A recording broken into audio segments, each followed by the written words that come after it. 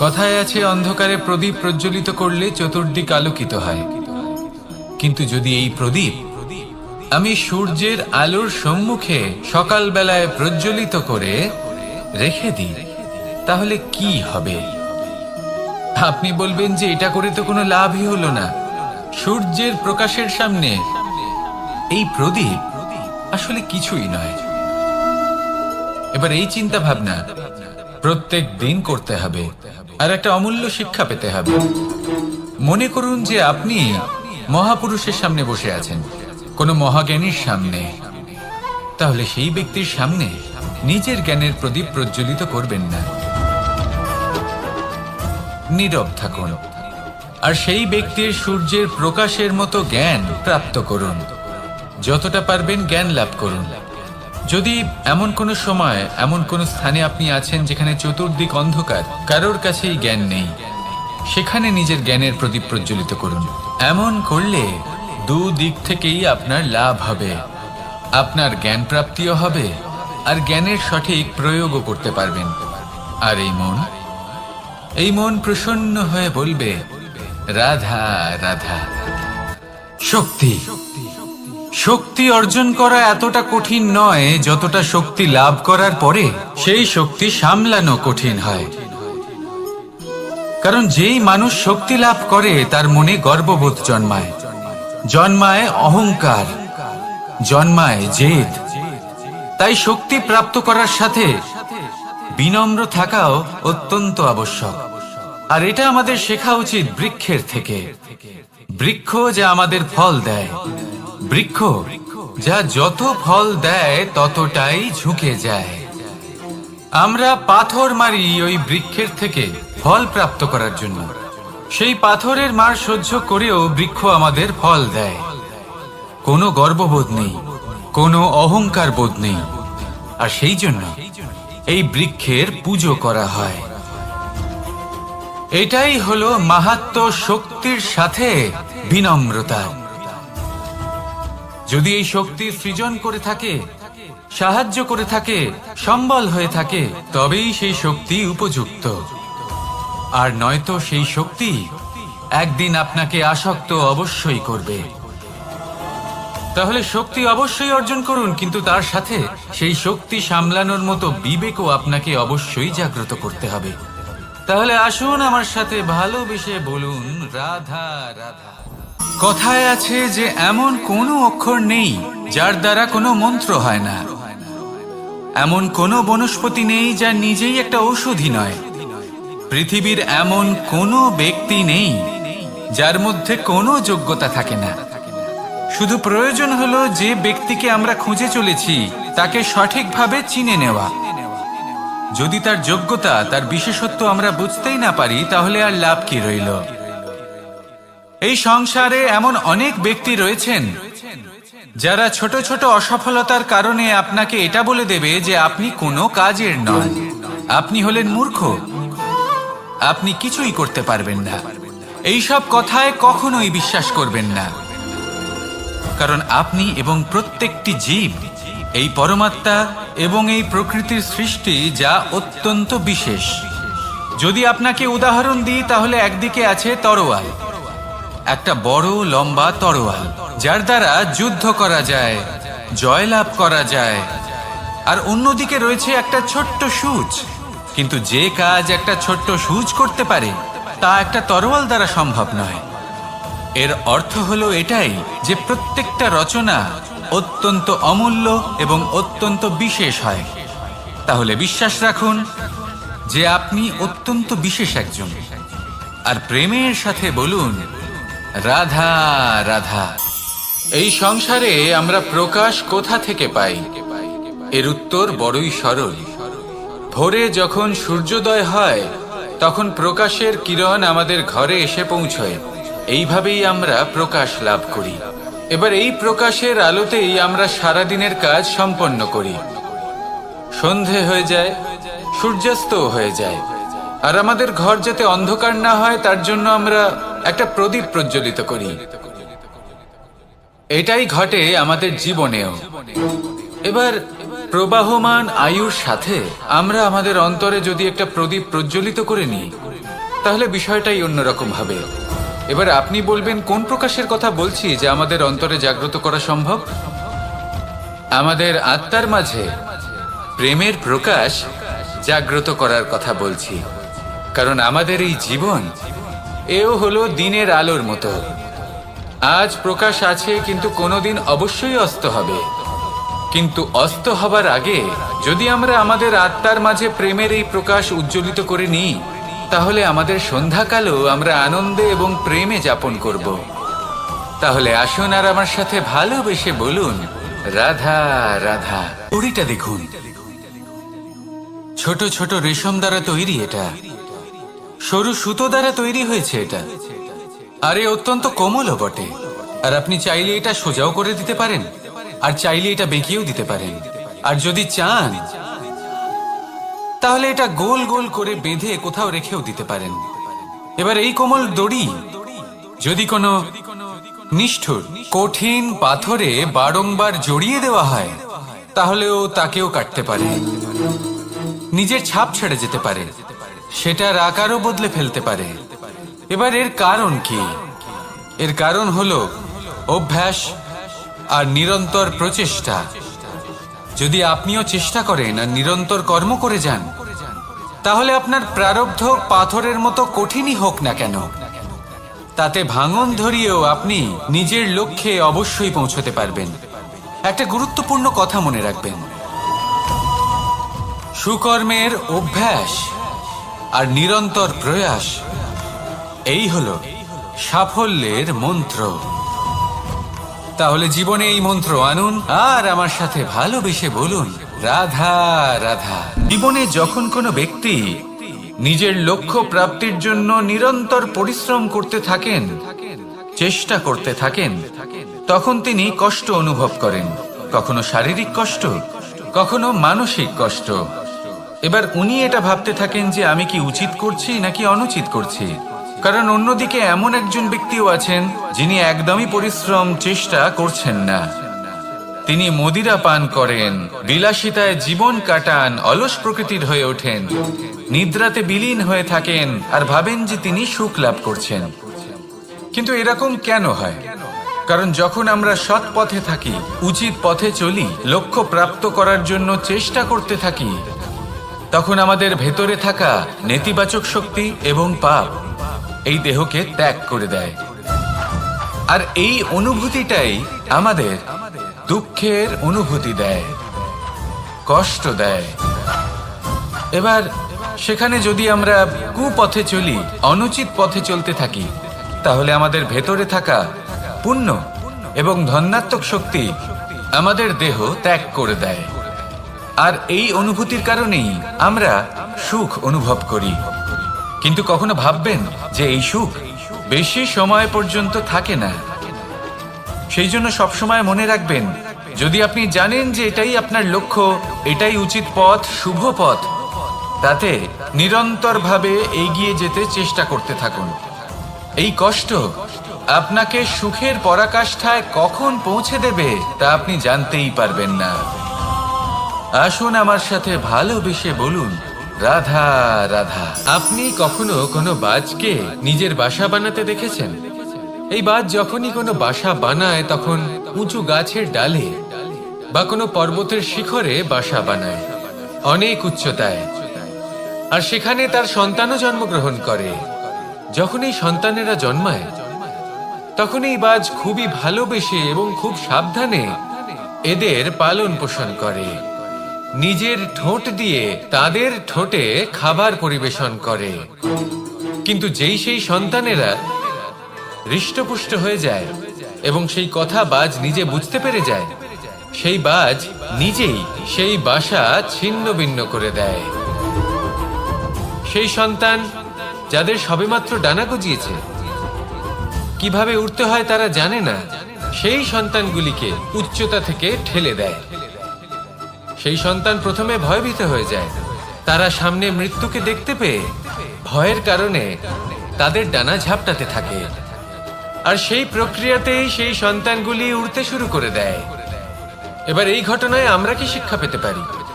এটাই যদি আপনি মাতা পিতা হন তাহলে নিজের সন্তানকে অবশ্যই স্নেহ করুন, কিন্তু তাদেরকে নিজের আঁচলের তলায় বেঁধে রাখবেন না। যদি আপনি চান আপনার সন্তান জীবনে উন্নতি করুক, তাহলে নিজের মুঠো থেকে তাদের স্বতন্ত্র করে দিন। এই সংসারে সংঘর্ষ করতে দিন। সেই সন্তান নিজেই বুঝতে পারবে যে জন্মের সময় পাওয়া ডানা কি করে ব্যবহার করতে হয়। আর আপনার চোখের সামনে আপনার সন্তান এই আকাশে উড়তে থাকবে। তাহলে আসুন আমার সাথে ভালোবেসে বলুন, রাধা রাধা। সংসারে কোনো বস্তু হোক বা ব্যক্তি হোক, তার একার গুরুত্ব কিন্তু খুব বেশি নয়। একটা উদাহরণ হিসেবে বৃষ্টির ফোঁটাকে ভেবে দেখুন। যদি একটি বৃষ্টির ফোঁটা হয় তাহলে তার খুব বেশি গুরুত্ব থাকে না, কিন্তু যখন সহস্র বৃষ্টির ফোঁটা মেঘের মধ্যে দিয়ে ঝরে পড়ে, তখন সেটা বর্ষার রূপ ধারণ করে। সেই বর্ষা যা এই প্রকৃতিকে শান্ত করে। সেইভাবেই পাথরের ছোট টুকরো, তার খুব বেশি গুরুত্ব থাকে না, কিন্তু যখন অসংখ্য পাথরের টুকরো একত্রিত হয় তখন তা পর্বতের আকার ধারণ করে। সেইভাবেই কিছু মানুষ যখন একত্রিত হন তখন তৈরি হয় পরিবার, কিছু পরিবার যখন একত্রিত হয় তখন তৈরি হয় সমাজ, যখন অনেক সংখ্যক সমাজ একত্রিত হয় তখন তৈরি হয় রাজ্য। এবার এই রাজ্যের সব থেকে গুরুত্বপূর্ণ ব্যক্তি হতে পারেন রাজা, কিন্তু তাও সেই রাজা একা কিছু করতে পারেন না। যুদ্ধ লড়ার সময় তারও নিজের সৈন্যদলকে প্রয়োজন পড়ে। কিন্তু এই সংসারে এমন একজন ব্যক্তি আছেন যিনি একাই সব কাজ করতে থাকেন, এবং সেই ব্যক্তি হলেন মা। আমাদের জীবনে একজন পিতার ভূমিকা কিন্তু নিঃসন্দেহে অমূল্য, কিন্তু আমাদের সকলের জীবনে যে ভূমিকা একজন মায়ের তা অন্য কারোর থাকে না। একজন মা একাই সন্তানকে বড় করতে পারেন, সংস্কারী করে তুলতে পারেন, তার জন্য পরিশ্রম করেন। আর এত কিছু কাজ করার পরেও তার কাজের জন্য তিনি প্রশংসা অবশ্য পান না। উল্টে যদি সেই সন্তান অনুচিত পথে চালিত হয়, অনুচিত কর্ম করে, তখন সেই মাকেই অপবাদের পাত্র হয়ে উঠতে হয়। আমাদের জীবনে মায়ের যোগদান কতটা সেটা বুঝুন। আপনাকে বড় করে তোলার জন্য উনি কতটা পরিশ্রম করেছেন সেটা বুঝুন। আজ থেকে, এখন থেকে, এই মুহূর্ত থেকে মাকে সম্মান করতে শিখুন। যখন সময় পাবেন, যখন সুযোগ হবে, তখন তার প্রশংসা করুন, ওনারও ভালো লাগবে। আর মায়ের এই মমতার জন্য, তার এই ভূমিকার জন্য আসুন সবাই মিলে আমরা তাকে প্রণাম করি, আর সকলে মিলে ভালোবেসে বলি, রাধা রাধা। এর মানসিকতা এমন হয় যে সে যতটা করে আশা করে যে তার থেকে অনেক বেশি তার বদলে সে পাবে। দেখুন, সবকিছুই আপনার ভাবনা চিন্তার উপর নির্ভর করছে। আপনি যদি ফলের বিষয়ে ভেবে কর্ম করতে থাকেন তাহলে সেটা অনুচিত। জীবনের আসল আনন্দ হলো নিজের কর্ম করতে থাকা, ফলের চিন্তা করা উচিত নয়। যদি আপনি এরকম ভাবেন যে আমি এতটা করছি, আমার এতটা পাওয়া উচিত, সেই ভাবনা অনুচিত। যদি আপনি সেবার মানসিকতা নিয়ে কর্ম করতে থাকেন, কর্মচক্রে প্রবাহিত হন, যদি আপনি এমন ভাবনা রাখেন যে আমি এতটা পাচ্ছি তাই এর থেকে অনেক বেশি আমি কর্ম করব, তাহলে নিশ্চিত রূপে আপনি যতটা করছেন তার থেকে অনেক বেশি আপনি পাবেন, আপনার আশার থেকে অনেক বেশি আপনি পাবেন। শুধু জীবনে অনেক বেশি কাজ করতে থাকুন, ফলের চিন্তা করবেন না। আর মনে রাখবেন, এই ভাবনাই সব থেকে বড় বীজ। কর্মের উপর বিশ্বাস রাখুন, জীবনে যা যা আপনি চান সবই সুখময় হবে। আসুন আর আমার সাথে ভালোবেসে বলুন, রাধা রাধা। ভোজন। এবার ভোজন সংগ্রহ করার জন্য মানুষ কি না করেন, সব সময় চেষ্টা করতে থাকেন। ফসল উৎপাদনের জন্য অনেক পরিশ্রম করতে থাকেন, কিন্তু অনেক সময় অনেক পরিশ্রম করার পরেও ফসল ভালো উৎপাদন হয় না। এর কারণ কি? কারণ হলো এটাই যে আপনি পরিশ্রম হয়তো অনেক করেছেন, কিন্তু আপনার নজর তো সেই বীজের দিকে ছিলই না যা আপনি রোপণ করেছেন। সেই জন্য সব সময় কোনো বীজ রোপণ করার আগে তাকে পরখ করে দেখুন। তা অত্যন্ত আবশ্যক। আর সেইভাবেই যখনই কোনো কর্মের প্রশ্ন আসে, তাহলে সেখানে শুধুমাত্র পরিশ্রম যথেষ্ট নয়। সেই কাজের প্রতি আপনার কর্তব্য কি, আপনার উদ্দেশ্য কি, সেটা জানা হলো অত্যন্ত গুরুত্বপূর্ণ। তাই কর্ম করুন, কিন্তু সেই কর্মের প্রতি আপনার যা উদ্দেশ্য তার মাহাত্ম্য বুঝতে চেষ্টা করুন। তাহলে আসুন আমার সাথে ভালোবেসে বলুন, রাধা রাধা। জীবনে যখন কোনো ব্যক্তি নিজের লক্ষ্য প্রাপ্তির জন্য নিরন্তর পরিশ্রম করতে থাকেন, চেষ্টা করতে থাকেন, তখন তিনি কষ্ট অনুভব করেন, কখনো শারীরিক কষ্ট, কখনো মানসিক কষ্ট। এবার উনি এটা ভাবতে থাকেন যে আমি কি উচিত করছি নাকি অনুচিত করছি। কারণ অন্যদিকে এমন একজন ব্যক্তিও আছেন যিনি একদমই পরিশ্রম চেষ্টা করছেন না। তিনি মদিরা পান করেন, বিলাসিতায় জীবন কাটান, অলস প্রকৃতির হয়ে ওঠেন, নিদ্রাতে বিলীন হয়ে থাকেন আর ভাবেন যে তিনি সুখ লাভ করছেন। কিন্তু এরকম কেন হয়? কারণ যখন আমরা সৎ পথে থাকি, উচিত পথে চলি, লক্ষ্য প্রাপ্ত করার জন্য চেষ্টা করতে থাকি, তখন আমাদের ভেতরে থাকা নেতিবাচক শক্তি এবং পাপ এই দেহকে ত্যাগ করে দেয়। আর এই অনুভূতিটাই আমাদের দুঃখের অনুভূতি দেয়, কষ্ট দেয়। এবার সেখানে যদি আমরা কুপথে চলি, অনুচিত পথে চলতে থাকি, তাহলে আমাদের ভেতরে থাকা পুণ্য এবং ধনাত্মক শক্তি আমাদের দেহ ত্যাগ করে দেয়। আর এই অনুভূতির কারণেই আমরা সুখ অনুভব করি। কিন্তু কখনো ভাববেন যে এই সুখ বেশি সময় পর্যন্ত থাকে না। সেই জন্য সবসময় মনে রাখবেন, যদি আপনি জানেন যে এটাই আপনার লক্ষ্য, এটাই উচিত পথ, শুভ পথ, তাতে নিরন্তরভাবে এগিয়ে যেতে চেষ্টা করতে থাকুন। এই কষ্ট আপনাকে সুখের পরাকাষ্ঠায় কখন পৌঁছে দেবে তা আপনি জানতেই পারবেন না। আসুন আমার সাথে ভালোবেসে বলুন, রাধা রাধা। আমাদের শরীর প্রকৃতির সর্বশ্রেষ্ঠ রচনা। যে অঙ্গ প্রত্যঙ্গ আমরা লাভ করেছি, প্রত্যেকটির মধ্যে একটি নিজস্ব বার্তা রয়েছে। একটু ভেবে দেখুন, দুটি চোখ দিয়েছে দেখার জন্য, দুটি কান দিয়েছে শোনার জন্য, নাসিকাও আছে দুটি, দুটি হাত দিয়েছে দ্বিগুণ পরিশ্রম করার জন্য। কিন্তু জীব শুধুমাত্র একটি। তার উপরেও তীক্ষ্ণ বলিষ্ঠ দাঁত দিয়েছে তার রক্ষার জন্য। কখনো ভেবে দেখেছেন কেন?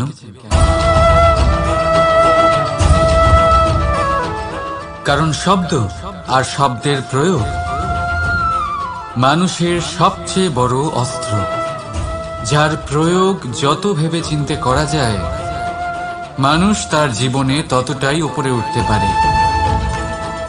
তাহলে মনে রাখুন, দেখুন, শুনুন আর বুঝুন বেশি, বলুন কম। রাধা রাধা।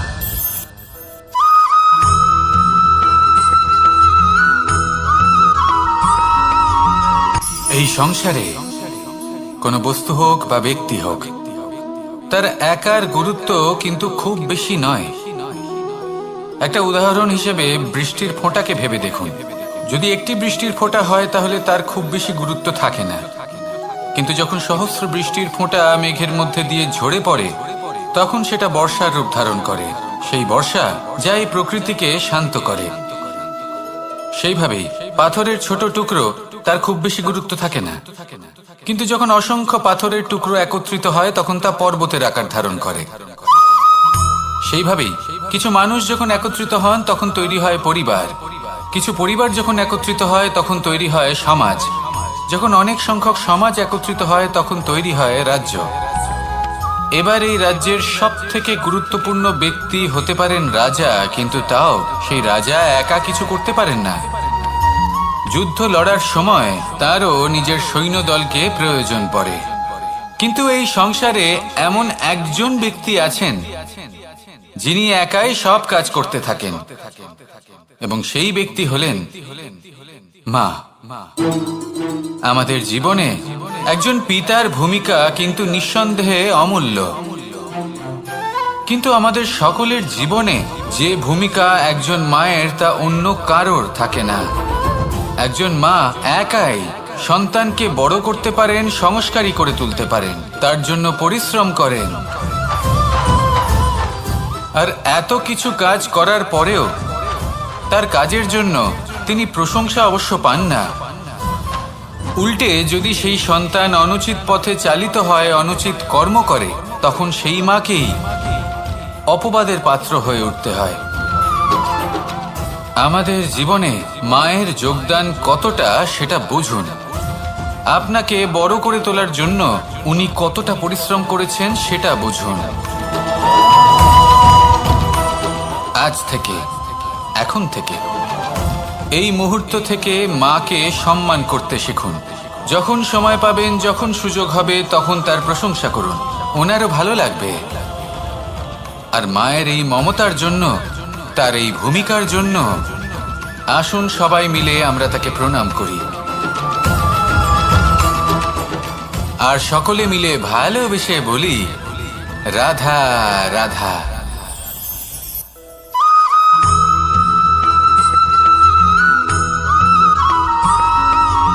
ফিরে আসছিলেন এবং তাদের ফেরার পথে হঠাৎ করে কোথাও থেকে একটি বাছুর চলে এলো। এই দুই বোন ভয়ভীত হয়ে গেলেন, আর তাদের হাত থেকে সেই আটা পড়ে গেল, মাটিতে মিশে গেল। এবার এই পুরো ঘটনাক্রমে যদি কারোর বিন্দুমাত্র লাভ হয়ে থাকে, বিন্দুমাত্র আনন্দ পেয়ে থাকে, তাহলে সে কে? সেই ছোট বোন, যিনি মাঝে মাঝেই গমের দানা তুলছিলেন এবং খাচ্ছিলেন। কিছুটা হলেও উনি আনন্দ লাভ করেছিলেন। এবার এরকমই হলো আমাদের জীবনে ভক্তি এবং ভালোবাসা সংক্রান্ত বিষয়ে। মানুষ নিজের জীবনের দৈনিক কাজে এতটাই ব্যস্ত হয়ে পড়েন, প্রত্যেকদিন শুধু কাজ কাজ কাজ কাজ করতে থাকেন, আর তাতে ভক্তি এবং ভালোবাসার জন্য সময় বার করতেই পারেন না। দেখুন, জীবনে ভক্তি আর প্রেমের এই যে ছোট ছোট মুহূর্ত আছে, এগুলো যদি আপনি যাপন করতে পারেন, তাহলে তাতেই আপনি তৃপ্তি লাভ করবেন। বাকি সবই আপনার ব্যর্থ বলেই মনে হবে।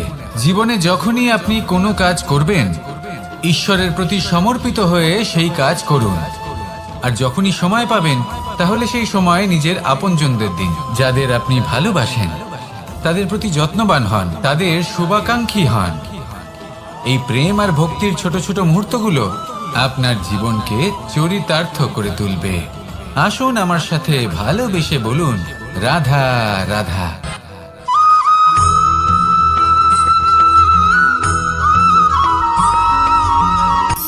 শক্তি, শক্তি অর্জন করা এতটা কঠিন নয় যতটা শক্তি লাভ করার পরে সেই শক্তি সামলানো কঠিন হয়। কারণ যেই মানুষ শক্তি লাভ করে, তার মনে গর্ববোধ জন্মায়, জন্মায় অহংকার, জন্মায় জেদ। তাই শক্তি প্রাপ্ত করার সাথে বিনম্র থাকাও অত্যন্ত আবশ্যক। আর এটা আমাদের শেখা উচিত বৃক্ষের থেকে। বৃক্ষ যা আমাদের ফল দেয়, বৃক্ষ যা যত ফল দেয় ততটাই ঝুঁকে যায়। আমরা পাথর মারি ওই বৃক্ষের থেকে ফল প্রাপ্ত করার জন্য। সেই পাথরের মার সহ্য করেও বৃক্ষ আমাদের ফল দেয়। কোনো গর্ববোধ নেই, কোনো অহংকার বোধ নেই। আর সেই জন্য এই বৃক্ষের পুজো করা হয়। এটাই হলো মাহাত্ম্য শক্তির সাথে বিনম্রতা। যদি এই শক্তি সৃজন করে থাকে, সাহায্য করে থাকে, সম্বল হয়ে থাকে, তবেই সেই শক্তি উপযুক্ত। আর নয়তো সেই শক্তি একদিন আপনাকে আসক্ত অবশ্যই করবে। তাহলে শক্তি অবশ্যই অর্জন করুন, কিন্তু তার সাথে সেই শক্তি সামলানোর মতো বিবেকও আপনাকে অবশ্যই জাগ্রত করতে হবে। তাহলে আসুন আমার সাথে ভালোবেসে বলুন, রাধা রাধা।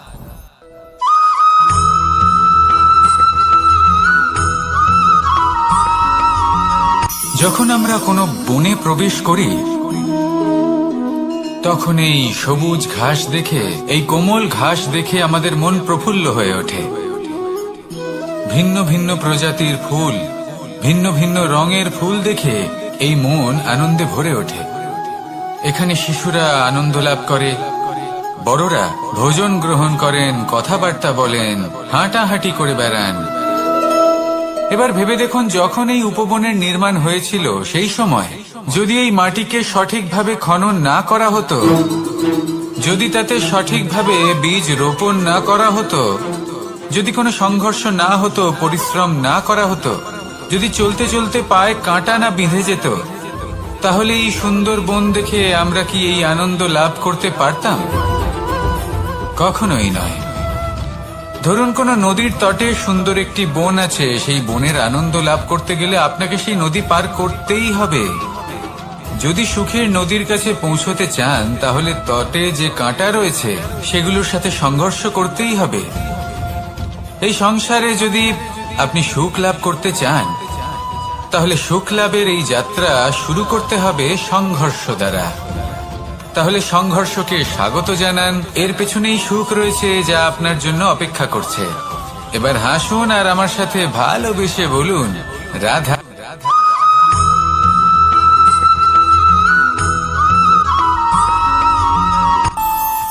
আমাদের মনে যখন কোনো প্রশ্ন ওঠে, কোনো দ্বন্দ্ব জাগে, তখন আমরা যাই আমাদের গুরুর কাছে, আমাদের আরাধ্যের কাছে গিয়ে জিজ্ঞেস করি।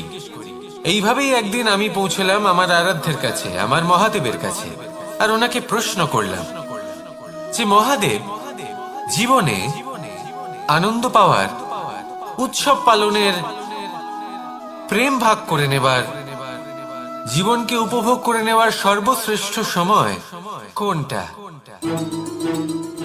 মহাদেব হাসলেন আর উনি বললেন, জীবনে উৎসব পালনের সব থেকে শ্রেষ্ঠ দিন হলো মৃত্যুর ঠিক আগের দিনটা। প্রেম ভাগ করে নেওয়ার সব থেকে শ্রেষ্ঠ মুহূর্ত হলো মৃত্যুর ঠিক আগের মুহূর্ত। জীবনকে উপভোগ করে নেওয়ার সর্বশ্রেষ্ঠ প্রহর হলো মৃত্যুর এক প্রহর পূর্বে। তখন আমি চমকে গেলাম। আমি বললাম, কিন্তু মহাদেব, মৃত্যু তো অনিশ্চিত, আমরা জানিও না কবে আমাদের মৃত্যু হবে। মহাদেব আবার হাসলেন। উনি বললেন যে যদি আমরা এভাবে জীবন কাটাই যে আমরা জীবনের প্রত্যেক দিন, প্রত্যেক মুহূর্ত, প্রত্যেক প্রহর শেষ বলে মনে করি, তাহলে আমাদের সমস্ত জীবন আনন্দের সাথেই অতিবাহিত হবে। কি বলেন?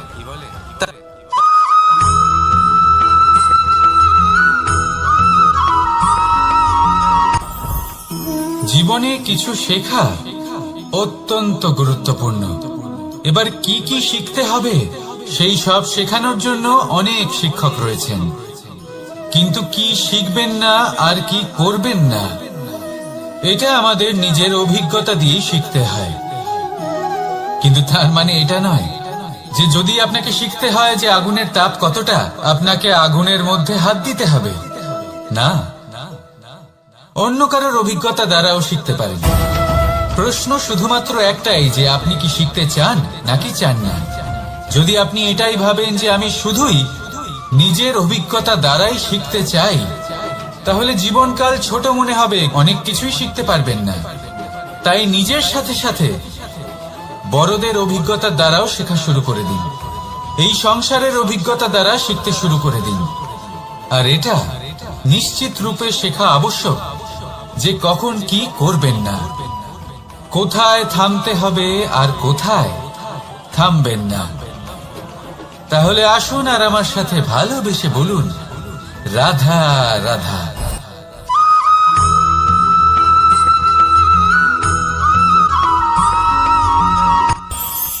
এই সংসারে আমরা প্রকাশ কোথা থেকে পাই?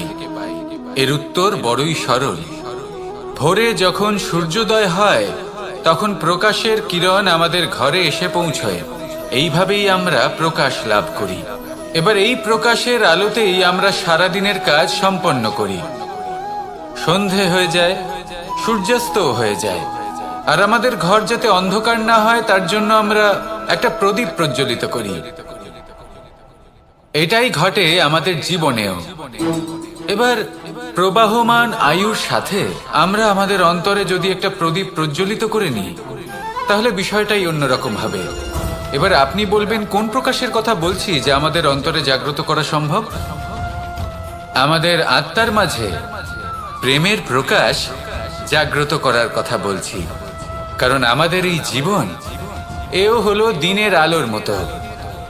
আজ প্রকাশ আছে, কিন্তু কোনোদিন অবশ্যই অস্ত হবে। কিন্তু অস্ত হবার আগে যদি আমরা আমাদের আত্মার মাঝে প্রেমের এই প্রকাশ উজ্জ্বলিত করে নিই, তাহলে আমাদের সন্ধ্যাকালও আমরা আনন্দে এবং প্রেমে যাপন করব। তাহলে আসুন আর আমার সাথে ভালোবেসে বলুন, রাধা রাধা।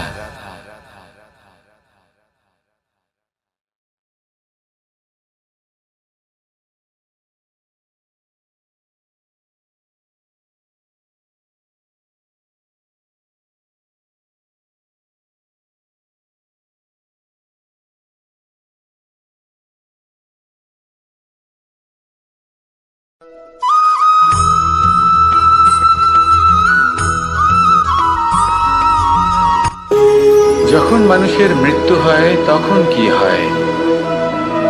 অনেক সংখ্যক মানুষ শোক পালন করতে চলে আসেন। যে ব্যক্তি মৃত্যু লাভ করেছেন তার অনেক বস্তু থাকে যেগুলো তার প্রিয়, যেগুলো তিনি ব্যবহার করেছেন।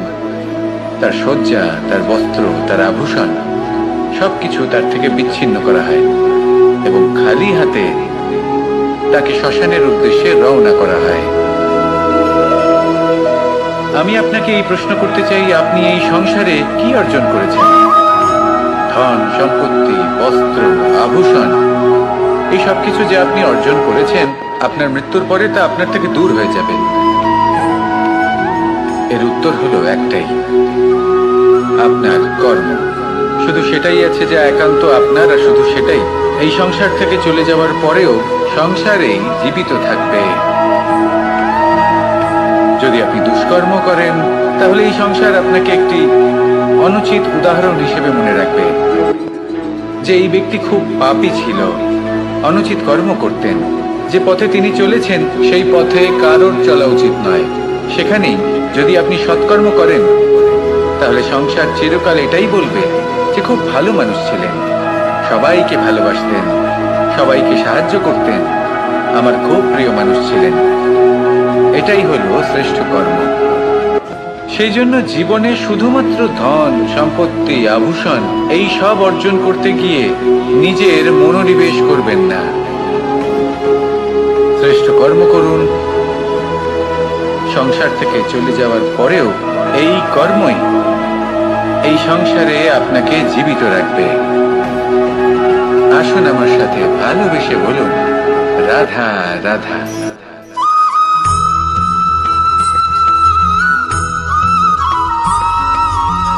এই সংসারে প্রত্যেক মানুষ এটাই চান যে তিনি যেন ধনবান হন, আর্থিক অবস্থা তার ভালো থাকে, ওনার বাড়িতে লক্ষ্মীর আগমন হয়।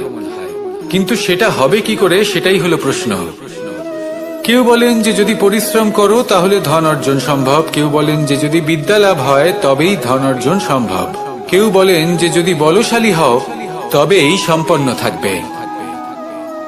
ভালো কথা, যদি তাই হয়ে থাকে, তবে দিনমজুর সারা দিন পরিশ্রম করেন, তিনি কেন ধনী হন না? অনেকজন বিদ্বান মানুষ আছেন এই সংসারে, তারা কেন ধনবান হন না? অনেক সংখ্যক বলশালী ব্যক্তি আছেন, তাদের কাছে ধন নেই কেন? তাদের কেন ধনের অভাব হয়? আবার এমনও কিছু মানুষ আছেন যারা পরিশ্রম করেন, তারা দিনমজুর, কিন্তু তারা ধন অর্জন করতে পারেন। কিছু বিদ্বান ব্যক্তি আছেন যাদের কাছে অধিক মাত্রায় ধন রয়েছে। কয়েকজন বলশালী ব্যক্তি রয়েছেন যাদের কাছে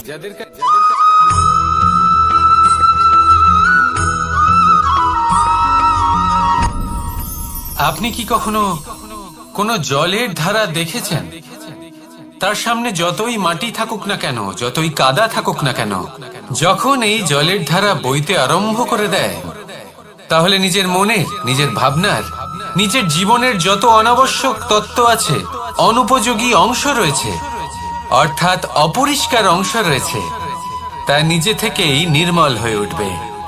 আর যেরকম জলের ধারা কখনো থেমে থাকে না, সব সময় বয়ে চলে, সেইভাবে আপনিও কখনোই থামবেন না। সবসময় বয়ে চলুন, এগোতে থাকুন। পথে যদি অনেক বিপদ আসে, সমস্যা আসে, থামবেন না, তার উপর নিরন্তর প্রহার করুন, নিরন্তর প্রয়াস করুন আর অগ্রসর হন। আপনি ভেবে দেখুন, এই জলের ধারা কখনো থেমে থাকে না, সব সময় বয়ে চলে। বিপদের সম্মুখীন হয়ে তাকে সাথে বয়ে নিয়ে চলে। সেই জন্য জলের ধারা, প্রবাহমান এই ধারা, এর থেকে কখনো দুর্গন্ধ আসে না, এতে কখনো ময়লা জমতে পারে না, বরং পালিত হয় সুন্দর প্রাণবন্ত জীবজন্তু, যেমন সুন্দর ছোট মাছ। তাই আপনিও এটাই করুন, কখনো থামবেন না, শুধু চলতে থাকুন, জলের ধারার মতো বইতে থাকুন।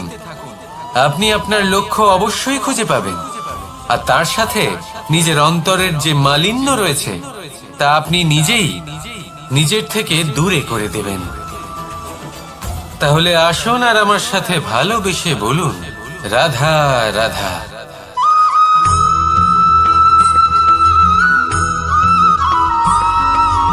ফিরে আসছিলেন এবং তাদের ফেরার পথে হঠাৎ করে কোথাও থেকে একটি বাছুর চলে এলো।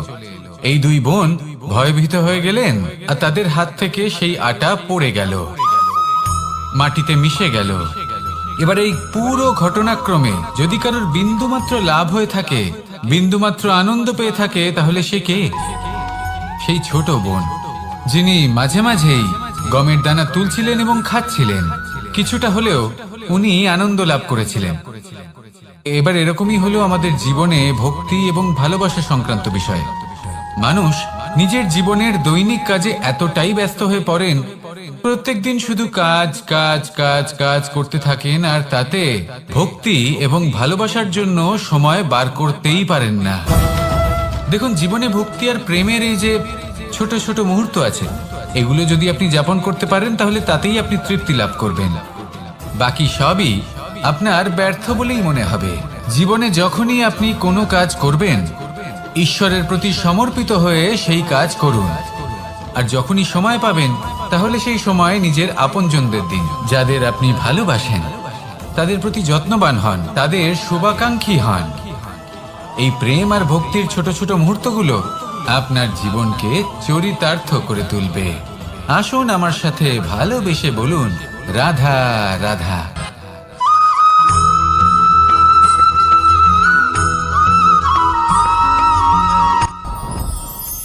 সাথী। সাথী এই শব্দটির ব্যাখ্যা কে কিভাবে করে? মিত্র, সখা, বন্ধু। কিন্তু অর্থ একটাই, তিনি যিনি আপনার সঙ্গী হন, আর তিনি যার সাথী আপনি হন। এবার সব থেকে বড় প্রশ্ন হলো এটাই যে তিনি কে হতে পারেন যাকে আপনি আপনার সাথী বলে মেনে নিতে পারেন, নিজের সখা, নিজের মিত্র, নিজের বন্ধু মেনে নিতে পারেন। আপনার সাথী হলেন তিনি যিনি দুঃখের সময় আপনার পাশে থাকবেন, আপনার হাত ধরে থাকবেন। আপনার সাথী হলেন তিনি যার হাত আপনি নিজের সুখের দিনে ধরে থাকবেন। সেই সাথীরই হাত ধরুন যিনি দুঃখে সবসময় আপনাকে সাহায্য করার জন্য তৎপর হয়ে থাকেন, আপনার পাশে থাকেন, আর যাকে সুখের দিনে আপনি আপনার সাথে রাখতে পারেন। আর যখন আপনার সাথে আপনার এই সাথী থাকবে, তখন আপনি এটা বুঝবেন যে যখন জীবনে দুঃখ আসে, তখন এই দুঃখ কমে যায়, সবার মধ্যে ভাগ হয়ে যায়। আর যদি তখন সুখ আসে, তাহলে সেটা সবার উপস্থিতিতে আরো বেড়ে যায়। এটাই হলো প্রেম, এটাই হলো ভালোবাসা, এটাই হলো সঙ্গ, যেমন সম্পর্ক আমার আর রাধার মাঝে। তাহলে আসুন আর আমার সাথে ভালোবেসে বলুন, রাধা রাধা।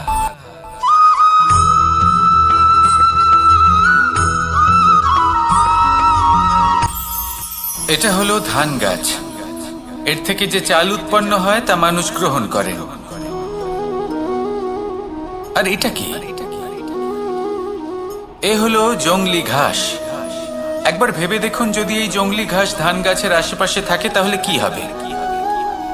ধান উৎপন্ন হতে পারবে? তা উৎকৃষ্ট হতে পারবে? আমরা কি তা গ্রহণ করতে পারবো? কখনোই নয়।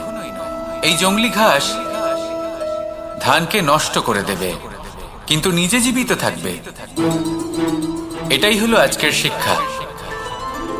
এই সংসারে যদি আপনি নীতির পথে চলতে চান, উচিত কর্ম করতে চান, সংসারকে সেবা করতে চান, তাহলে জংলি ঘাসের মতো ব্যক্তিদের থেকে সবসময় দূরে থাকতে হবে। সেই ব্যক্তি যারা দুর্নীতি এবং মিথ্যা দ্বারা পরিপূর্ণ, যাদের ব্যবহার অশুভ, যাদের অনেক অশুভ গুণ রয়েছে, তারা সঠিক নয়। সেই সকল ব্যক্তি যাদের চরিত্র অত্যন্ত দুষ্ট হয়, তারা হয় শুভ চরিত্রের ব্যক্তিকে একদম নষ্ট করে দেয়, নয় নিজের মতো বানিয়ে তোলে। তাই যদি আপনি নীতির পথে চলতে চান, এই সংসারের জন্য শুভ কর্ম করতে চান, তাহলে সেই সঙ্গ লাভ করুন যে সঙ্গ জ্ঞানে পরিপূর্ণ, যাদের মধ্যে অনেক গুণ আছে, যাদের থেকে প্রতিদিন কিছু শিখতে পারবেন। এমন ব্যক্তির সাথে জীবন অতিবাহিত করুন, দুরাচারীদের থেকে দূরে থাকুন। তবেই এই মন প্রসন্ন হয়ে বলবে, রাধা রাধা।